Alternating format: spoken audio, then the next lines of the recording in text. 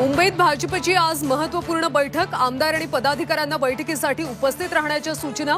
शपथविधीच्या जय्यत तयारीसाठी दादरच्या पक्ष कार्यालयात 3 वाजता बैठकीचं आयोजन।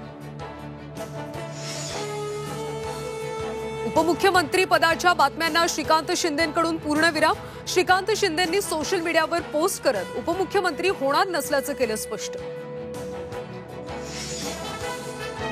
पुण्यामध्ये राष्ट्रवादी शरद पवार पक्षाची बैठक सुरू। पुणे जिल्ह्यातल्या पराभूत उमेदवारांची आणि पदाधिकाऱ्यांची बैठक।